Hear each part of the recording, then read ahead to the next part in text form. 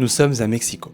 Une jeune fille de 18 ans grimpe dans un bus sans se douter que ce trajet allait bouleverser toute sa vie. Quelques minutes plus tard, un tramway les heurte de plein fouet, expulsant la jeune fille en dehors de son bus alors qu'une barre en métal lui transperce le bassin. Ses os sont fracturés, sa colonne vertébrale est brisée, elle passera des mois entiers en étant presque incapable de bouger. Condamnée à rester dans son lit, elle demande à ce qu'on fasse installer au-dessus d'elle un miroir et décide de peindre. En 1926, à peine un an après son terrible accident, elle réalise son tout premier autoportrait qui marquera le début d'une longue série d'œuvres d'art. Cette jeune fille, c'est Frida Kahlo, et elle deviendra par la suite l'une des artistes les plus emblématiques de l'histoire.